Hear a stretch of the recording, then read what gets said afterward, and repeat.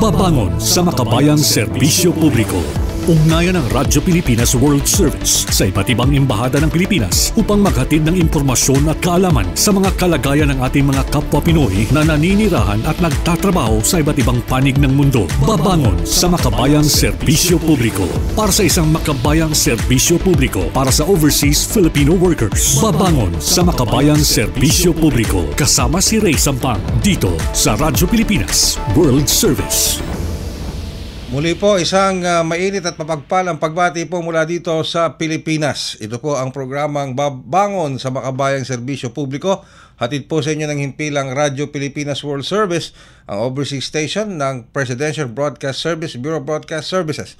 Kami po ay nasa ilalim ng patnugot ng Presidential Communications Office. Sa ngalan po ng ating mga kaagapay sa ating maagang team ngayong araw na ito, syempre, nandyan pa rin ang ating team mula sa production side, sila Erwin Peñano, Stephanie Vicente, Jerome Toledo at si Mr. J. Arevalo. Ganyan din sa ating master control, nandyan pa rin ang ating mga maaasahang katuwang sa ating master control, sila Milo Janela at Susan Aison. And of course, ang ating makatuwang naman mula naman sa Voice of America, dyan po sa ating transmitter sites sa Tinang Tarlac. Muli po, ako yung lingkod, Ray Sampang. Samahan nyo na naman po kami para sa isa pang edisyon ng Babangon sa Makabayang Serbisyo Publiko. Tampok natin ngayon, of course, ang ating embahada, ang ating Philippine Embassy sa Cambodia. At makakasama natin ang ating pong butihing ambassador, Her Excellency Florida Ann Camille P. Mayo. At makakasama rin po natin ang isa nating kababayang Pilipino na ika nga po matagal na rin naninirahan at nagtatrabaho sa Cambodia. At siya po ang ika nga kasalukuyang presidente na mumuno dito sa isang ating Filipino community doon. Walang iba kundi si President Magno. Yan, mamaya po, antabayan po ninyo, makakasama natin sila dito sa ating programa. So sa ngayon, tayo po ngayon maghahatid muna ng mga ilang balita sa inyo sapagkat ang Pangulong Marcos Jr. po ay pinangunahan yung groundbreaking ceremony ng isang bagong Pilipinas Cancer Care Center dito sa may Pampanga, sa siyudad ng Pampanga. Ito pong bagong Pilipinas Cancer Care Center ay nakatutok upang pagserbisyuhan ang ating mga overseas Filipino workers maging ang kanilang pamilya para sa atensyong medikal, lalong-lalo na kapag pinag-uusapan po ay mga cancer cases. Yan po ay bilang pagdagdag kapasidad dito po sa nakatayo ng OFW Hospital dito na rin sa Pampanga. Ayan, of course. Kaya magandang balita po yan para sa ating mga overseas Filipino workers. Inaasahan po na matapos ang konstruksyon nitong bagong Pilipinas Cancer Care Center by the end of 2025 at maging fully operational by first quarter of 2026. Ulitin ko, hindi lang ho ito pang OFW, kundi pati ang kanilang mga immediate families at iba pang mga kamag-anakan na makakwalify po para dito sa serbisyo ng bagong Pilipinas Cancer Care Center. Alright, samantala, ito na tayo. Makakapanayam na po natin ang ating pasuguan o ang ating embahada sa Cambodia. Kasama po natin ang ating butihing ambassador, Her Excellency Florida Ann Camille P. Mayo. Ambassador Mayo, magandang araw po sa inyo at welcome po sa programang Babangon sa Makabayang Serbisyo Publiko. Mr. Ray, magandang umaga po sa inyo at sa lahat ng inyong taga-panood at taga-pakinig. Pasensya na po, medyo po yung audio but I will try to manage po. Okay. Maraming salamat po for this opportunity to share the latest from the Philippine Embassy here in Phnom Penh. Salamat din po, Ambassador. We will adjust ito pong ating audio para mas malinaw po nyo kami mapakinggan. And of course, sa kabilang linya naman, nakasama naman natin doon si Mr. Eric Magno, ang presidente ng Samahan ng mga Pilipino sa Cambodia. Magandang araw din po, Mr. Magno. Welcome po sa programang Babangon sa Makabayang Serbisyo Publiko. Sir, magandang araw po sa inyo dyan. Yan, thank you very much Mr. Magno sa pagsama dito sa ating programa. So unahin ko muna ang mga katanungan para po sa ating embahada sa panguna ng ating Excellency Ambassador P. Mayo. Ambassador Mayo, how would you describe the relationship between the Philippine Embassy sa Cambodia and the host country? Opo. Well, since we opened this foreign service post in Phnom Penh in 1965 po, we have enjoyed very warm and cordial relations with our host government. You probably know that our first ambassador was the renowned senator and former senator and actor Rogelio de la Rosa. And he famously set the tone for our bilateral relations by developing close and personal ties with the King Father himself, His Majesty Norodom Sihanouk. Now, for added context, the Philippines played a significant role in Cambodia's post-conflict rebuilding. So we were one of the 19 signatories of the 1991 Paris Peace Agreements, no, that put Cambodia on a path to peace and development. And our friendship, present-day friendship with Cambodia recognizes the role of the Philippine government and Filipino professionals who have been contributing to the kingdom's capacity building for economic development and prosperity. Now today, we also have the Joint Commission for Bilateral Cooperation, which manages the broad spectrum of our relations and partnership. So in fact, the fourth JCBC was held in Manila last August lang po. And there we reaffirmed our commitment to strengthening our ties in both traditional and new areas of cooperation. Okay. So, matagal-tagal na rin po. So, how long have we maintained this relationship with the host country, Ambassador? Well, some sources say that our ties or our relations with Cambodia are centuries old with evidence of bilateral trade dating back to the 6th century pa nga. But in modern times, one of the most significant milestones po of our relations was the visit of King Norodom I to the Philippines in 1872. And during that visit po, he took home with them a group of Filipino musicians who later trained the Royal Band. And ang sabi nga po natin, ito pong nadala niya dito, na ibalik niya dito mga musicians ay ang naging first OFWs in the kingdom. And we also recall the visit of then Prime Minister and then Prince Norodom Sihanouk to the Philippines in 1956 po. And the latest exchange of heads of government would be in 2022 when President Marcos came to Phnom Penh and engaged in bilateral talks with then Prime Minister Hun Sen on the sidelines of the ASEAN Summit. Today po, if we're asking gano'n nakatanda, our relations are 67 years old and we continue to pursue initiatives to strengthen our long-standing friendship with Cambodia. Pero nag-iisa lang po ba ang ating embahada dyan sa Cambodia, Ambassador? Or do you have any other jurisdictions over any consulate around Cambodia? Ambassador? Well, ito lang po, Cambodia lang po ang consular jurisdiction ng Pasuguan. That means the 25 provinces po of Cambodia. No other consular jurisdiction in other countries po. Just Cambodia. All right. So, how many Filipinos are living and working sa Cambodia po, Ambassador? Based po on official estimates, and this would also come from yung Labor Ministry, no? There are around 7,000 Filipino workers in Cambodia. And the overwhelming majority of our citizens work as teachers, missionaries, garment factory workers, management executives, and other professionals po. Ayun, okay. Alright. So, sa ngayon, yung mga documented Filipinos natin are very well monitored. Pero meron pa rin tayong mga masasabing mga illegally recruited na mga Pilipino na nakakapasok sa Cambodia, Ambassador? That would be true, sir. By its very nature, wala tayong masasabing official data on undocumented Filipino workers. Maraming kasi po that are taking advantage of the visa-free entry to Cambodia.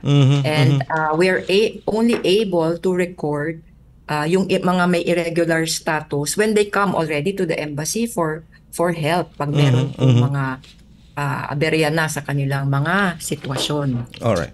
So would you know, Ambassador, mamaya may tatanong ko rin to kay Ginoong Magno, would you know kung saan napupunta itong mga undocumented Filipinos o illegal workers natin, saan sila sektor ng trabaho napupunta? Kasi madalas dito, recently, nitong mga nakalipas na buwan, nasentro yung usapin tungkol dito sa illegal recruitment ng mga kababayan natin pinagtatrabaho sa online scamming, and then meron pang issue ng yung kang surrogate mothers na nandyan sa Cambodia.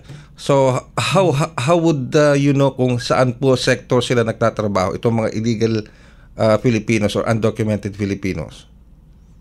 For now po, we're able to say based on the ATN cases, assistance to national cases that we've been handling. So po, when it comes to requests for assistance to nationals or attending to Filipinos in distress, ang caseload po namin ngayon, 75% po, 75% ang nauugnay sa human trafficking or involvement in online scamming. Okay. Jobs po. With the closure of yung ating POGOs sa Pilipinas, na we have observed po an increase in cases of Filipinos seeking rescue from scamming facilities dito po sa Cambodia. And ang kadalasan po, they were lured into accepting jobs here in Cambodia. Ang mga enticements po include high salaries, free board and lodging. Ang sinasabi una sa kanila, magtatrabaho sila as online or customer support agents. Eventually, they are forced to engage in scamming and luring foreigners into investing sa mga fraudulent schemes naman po. Alright. And in many cases, they're prevented from leaving their workplace unless they have fully settled yung mga na-advance nila and monies spent for training, for transport and accommodation. And then po yung iba naman po, I said 75% human trafficking or dyan sa mga online scamming. 10% po ay mga overstaying naman. Okay. Na paso na ang kanilang mga visa. So pag ganito po, kami po ay nilalapitan nila para makipag-usap sa immigration for their departure clearance po. And then another 10%, and this is the sad part about the cases we handle, repatriation na po of remains. Ibig sabihin, namatay na dito and tinutulungan na namin makauwi ang kanilang mga bangkay. So that's I guess the heavy part of ATN workload. The rest po 5% na lang po nauugnay naman sa mga medical assistance or critical illness and other kinds of request for assistance like mediation sa labor disputes nila. Alright. So sa puntong ito, Ambassador, ilan na po ang na-repatriate? Mamaya ko na pupuntahan yung issue tungkol dito sa mga surrogate mothers na I think sa ngayon nasa Cambodian custody, Ambassador. Pero sa ngayon, ilan na po ang na-repatriate natin? Lalo na yung mga nabiktima ng illegal recruitment at nadadala sa online scamming. Opo. So I think since 2022, 21, mga 300 na po ang naiuwi natin at na-rescue and then naiuwi yung mga trafficking situations. This year po, I think nasa ano na kami, pumapalo na kami sa around 28 po na na-repatriate, pero 75 po in totality yung mga kaso na hinahawakan pa po. So, of the 75, mga 25 na po ang napauwi. Meron ho ba tayo This year alone. This year alone. Meron ho ba tayo mga Filipino na sa kasalukuyan kinakanlong ngayon ng ating embahada? Yes po, yung ating ATN intake is continuous. As we speak po, we are working on the repatriation of 3 Filipinos po na nandun naman na-rescue naman po sa Sihanoukville. And alam nyo naman po, I think this is national news na we continue to support, provide support po to the remaining 13 Filipino surrogates po who were convicted for violating Cambodia's human trafficking law. So we extend welfare, legal, and consular assistance po doon sa ating mga kababayan. Alright. Now, Ambassador, dadako naman ako dito sa ating presidente ng Samahan ng mga Pilipino sa Cambodia, si Ginoong Eric Magno. Magandang araw po, Ginoong Magno. Hello sir, magandang araw din po sa inyo. Salamat po. Salamat din po. At sa kabilang linya lamang po ang ating Ambassador, Her Excellency Plerida Ann Camille P. Mayo. So, matanong ko lang po, Mr. Magno, gaano na ba kayo katagal sa Cambodia? I've been working here sir since 2008 po. So mga 16 years na po tayo nagtatrabaho dito. 16 years. Ano ho? At ilang taon nyo na pong pinangunahan itong ika nga po SAMAPI o Samahan ng mga Pilipino dyan sa Cambodia? Actually, this is my 3rd term, sir. Uy. Pangatlo ko na pong dito sa samahan natin, sa organisasyon. So, ilang miyembro ang meron tayo sa SAMAPI? Meron po kaming, based sa aming database, meron po kaming 3,000 plus na members at meron po diyang active na almost 1,000. Yeah, okay. Dito po ba sa mga miyembro natin sa SAMAPI, tulad nga po ng binanggit ni Ambassador Mayo, lalo-lalo na doon sa mga documented, yung namomonitor talaga, is more on mga technical and highly skilled mga kababayan nating Pilipino ang miyembro? Hindi nyo dyan sa SAMAPI? Tama po sir. Pero po kasi sir, yung mga nare-rescue kasi natin, karamihan po sa kanila ay mga bagong mga Pilipino dito. Karamihan din po sa kanila ay hindi po member ng ating samahan. Unless doon po sa mga kababayan po natin na naging distress, tapos mga nawalan ng trabaho. So sila po yung mga members ng organization. Sa ano po ba ang mga karaniwang problema na na-encounter ng ating mga kababayang Pilipino na kasapi po ng SAMAPI na idinudulog sa inyo at naidudulog nyo rin sa embahada? Karamihan po dito sir, mga undocumented OFWs o mga distressed OFWs sa kababayan natin. At yung pinaka-latest po dito sa kanila is yung mga nare-rescue nga po natin na mga bagong pasok dito sa Cambodia tapos nangingi ng tulong sa atin para makauwi na makabalik ng Pilipinas. So how do you help them? Paano po yung tulong na ini-extend ng ating Filipino community sa ating mga kababayan? Kami po kasi hindi po maiwasan na lumalapit po sila sa organisasyon. Kaya ang aming pong first step is i-turn over po sila or i-coordinate po sila sa ating embassy office. So yun po yung aming number 1 process po. Kasi pagdating po sa mga ganitong usapin, kailangan po talaga na walang kakayahan ng organisasyon na kaya po kami po ay tumutulong lamang at i-turn over po natin sila sa ating embassy. Kamusta po ang communication at relationship ng SAMAPI sa ating embahada sa pangunguna po ng ating Ambassador Mayo? We're so blessed po sir dahil masyado po close po yung ating coordination sa embassy and very personal po yung aming ugnayan sa mga ganitong usapin. Kaya blessing po ito sa ating community dito. Kasi po kapag mayroong ganitong problema, napakadali pong lapitan ng ating embassy. Isang message lang o isang tawag lang. Talagang tumutugon sila kaya wala pa tayong nagiging problema.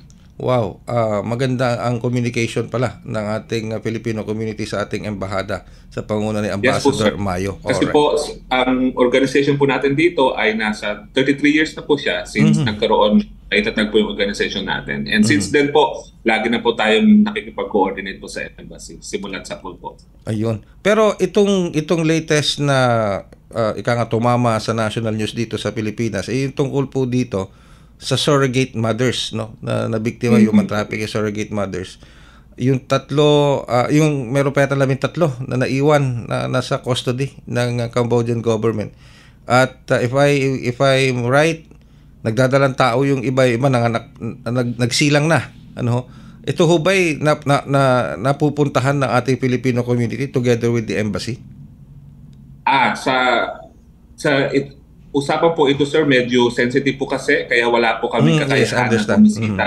Opo, na bumisita sa kanila ng diretso. Pero noong nabalitaan po natin ito at nakalapit po sa ating organization, nag-assist po kami sa embassy, nagpadala po kami ng mga pangangailangan nila. For example, yung mga pagkain o kaya yung mga simple ano po na kailangan nila like electric fan do sa kanilang lugar na request po nila specifically. So, yun po yung naitulong ng ating organization. Wow, okay.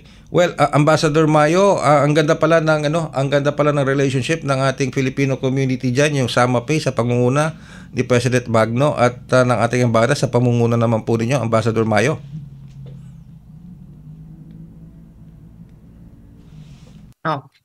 Yes po, as recent as last weekend or Sunday, kami po ay nagkaroon ng napakasayang pulong-pulong sa Phnom Penh, ang 4Ps na tinatawag namin, kung saan with the help of SAMAPI, I think this was ang sabi po sa akin, the largest town hall on record na naganap dito sa Phnom Penh, at tinuloy po namin to sa celebration ng International Migrants Day and yung Paskong Fanalo ng SAMAPI po. So napakasaya po na gathering for the community here. And yes, we are also thankful that we have a partner like SAMAPI po na tulad yung aming relasyon is such that isang tawagan lang po at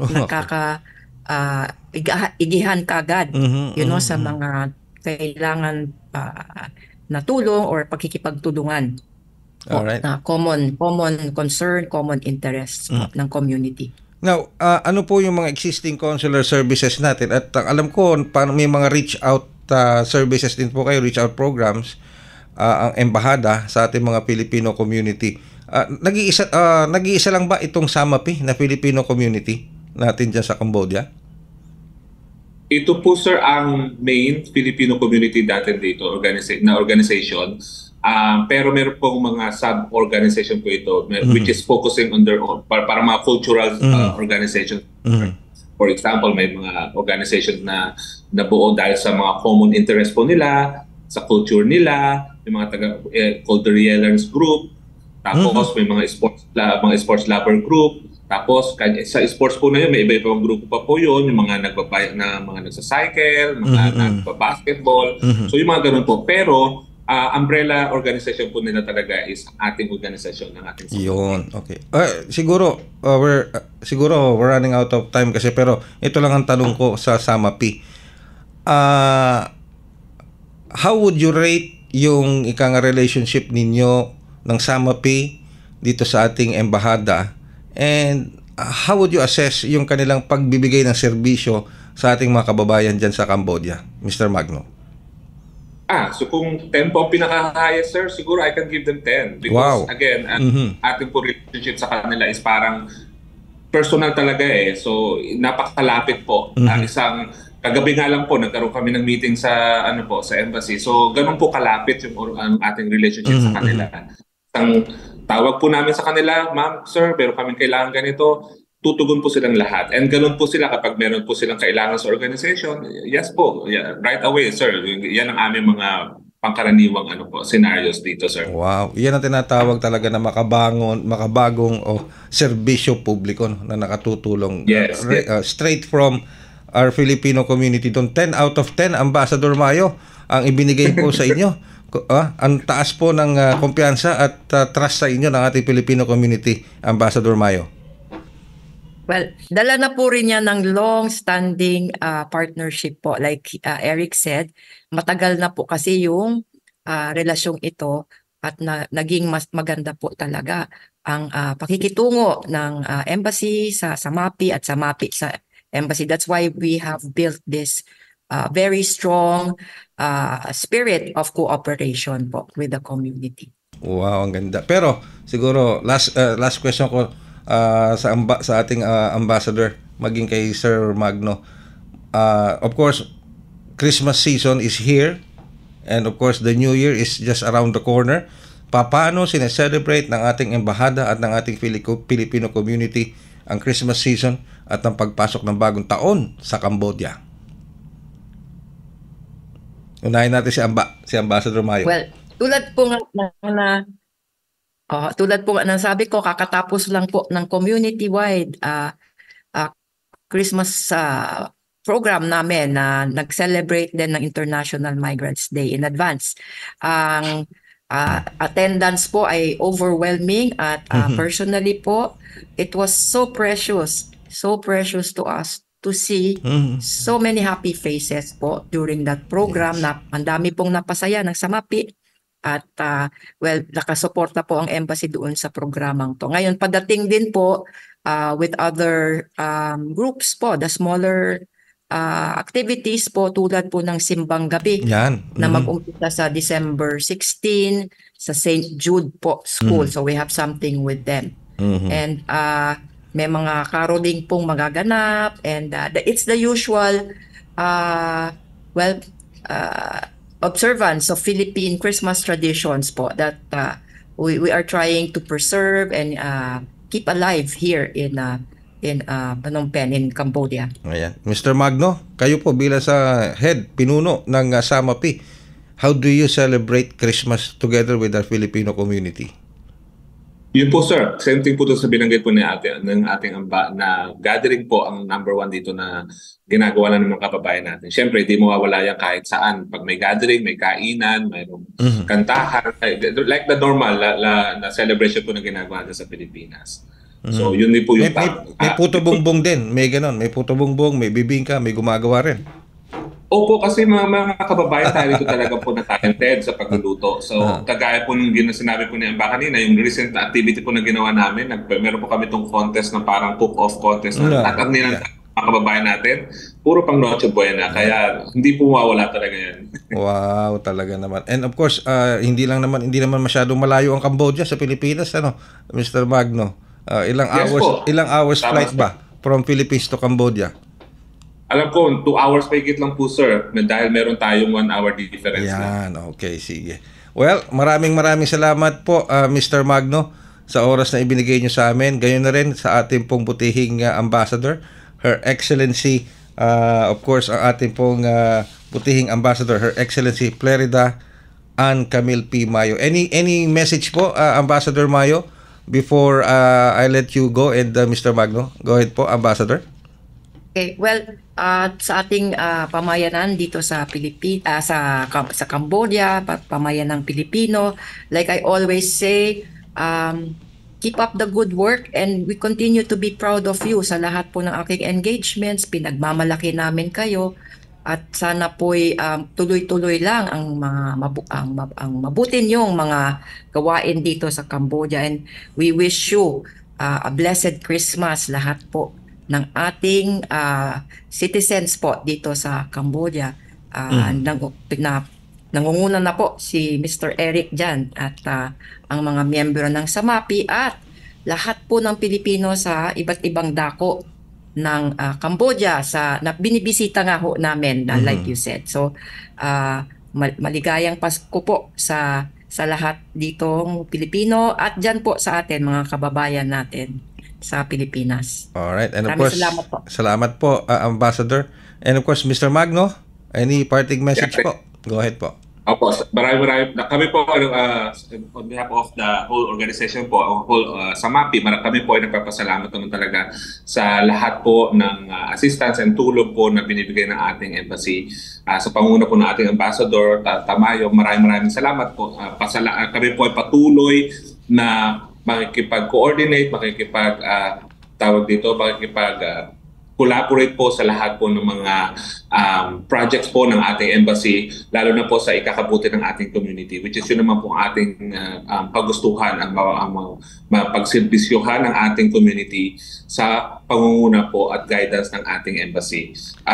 Yun po, maraming pong salamat at hanggang sa maging future collaboration po natin sa year 2025. And maraming we wish you all a blessed Christmas po para sa taong ito. Salamat po. Just the same, we also wish Ambassador Mayo and President Magno a blessed and po bountiful New Year sa darating pong taong 2025. Again, maraming salamat po to our Philippine Ambassador to Cambodia, Her Excellency Florida Ann Famil P. Mayo, at ang presidente po ng ating Samahan ng mga Pilipino sa Cambodia o SAMAPI, President Mr. Eric Magno. At sa pamamagitan po ng panayam natin na yan, tayo po ay magpipili na naman ng isa pang edisyon ng Babangon sa Makabayang Serbisyo Publiko, tulad ng ipinakita po ng ating embahada sa Cambodia at ng ating Filipino community sa Cambodia. Ang ganda ng kanilang samahan, ang ganda ng kanilang pagtutulungan.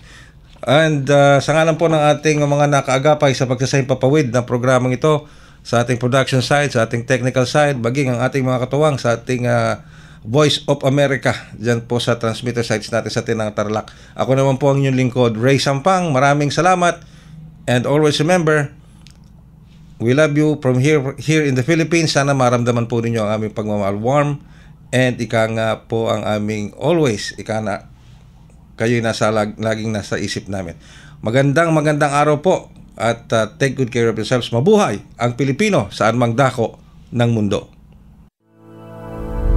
Babangon sa Makabayang Serbisyo Publiko. Ugnayan ng Radyo Pilipinas World Service sa iba't ibang embahada ng Pilipinas upang maghatid ng impormasyon at kaalaman sa mga kalagayan ng ating mga kapwa Pinoy na naninirahan at nagtatrabaho sa iba't ibang panig ng mundo. Babangon sa Makabayang Serbisyo Publiko para sa isang makabayang serbisyo publiko para sa overseas Filipino workers. Babangon sa Makabayang Serbisyo Publiko kasama si Ray Sampang dito sa Radyo Pilipinas World Service.